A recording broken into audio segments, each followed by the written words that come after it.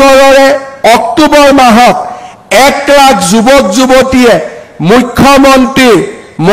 মুখ্যমন্ত্ৰীৰ আত্মনিৰ্ভৰ অসম আঁচনিৰ জৰিয়তে ব্যৱসায় আদি কৰাৰ বাবে 2 লাখ টকাকৈ লাভ কৰিব। এই বছৰৰ 10 অক্টোবৰ তাৰিখে প্ৰায় 60,000 যুৱক যুৱতীয়ে চৰকাৰী চাকৰি লাভ কৰিব। প্ৰায় 2 লাখ চৰকাৰী চাকৰিক স্বচ্ছতাৰে প্ৰদান কৰি অসমৰ জনজীৱনৰ পৰা আমি দুৰ্নীতিৰ যিমান অসুৱা প্ৰভাৱ আছিল এই গোটেইবিলাকক অতৰাবলৈ আজি আমি সক্ষম হৈছোঁ। মুখ্যমন্ত্ৰীৰ আত্মনিৰ্ভৰশীল অসম আঁচনি আদিৰ জৰিয়তে অসমৰ যুৱক যুৱতীৰ মাজত আমি নতুন আশাৰ সৃষ্টি কৰিবলৈ সক্ষম হৈছোঁ। আজি আমাৰ ৰাজ্যখনত দৰিদ্ৰ আৰু মধ্যবিত্ত জনগণৰ বাবে চৰকাৰী আঁচনিসমূহে এক আশাৰ কিৰণ হিচাপে থিয় দিছে।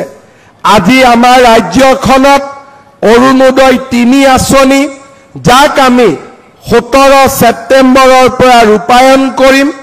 অসমৰ 38 লাখ পৰিয়ালে অৰুণোদয় 3 আঁচনিৰ জৰিয়তে মাহত 1250 টকাকৈ পাবলৈ সক্ষম হ'ব।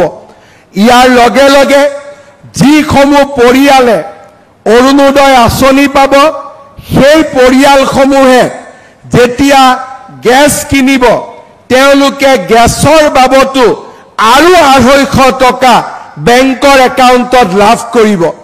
অৰ্থাৎ 1250 টকা অৰুণোদয়ৰ কাৰণে পাব আৰু যেতিয়াই পৰিয়ালটোৱে গেছ কিনিব সেই গেছ কিনাৰ লগে লগে গেছৰ সাবসিডি হিচাপে আৰু 250 টকা তেওঁলোকৰ বেংক একাউণ্টত আমি দিয়াৰ বাবে সিদ্ধান্ত গ্ৰহণ কৰিছোঁ। আমাৰ ৰাজ্য চৰকাৰে ৰাজ্যৰ 40 লাখ মহিলাক উদ্যমিতা আঁচনিৰ জৰিয়তে আমি তেওঁলোকক এণ্টাৰপ্ৰেনিয়ৰ কৰিবৰ বাবে সিদ্ধান্ত লৈছোঁ আৰু 21 আগষ্টৰ পৰা প্ৰত্যেক মাহতেই 20-30টাকৈ সমষ্টিত আমি মহিলাসকলৰ আত্মসহায়ক গোটৰ সদস্যসকলক 10,000 টকা বিলাবৰ বাবেও বা প্ৰদান কৰাৰ বাবেও আমাৰ যি আঁচনি সেই আঁচনি আমি 21 আগষ্টৰ পৰা বাস্তৱত ৰূপায়ণ কৰাৰ কামত আমি আগবাঢ়িম।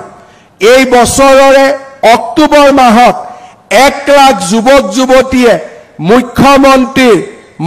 মুখ্যমন্ত্ৰীৰ আত্মনিৰ্ভৰ অসম আঁচনিৰ জৰিয়তে ব্যৱসায় আদি কৰাৰ বাবে 2 লাখ টকাকৈ লাভ কৰিব।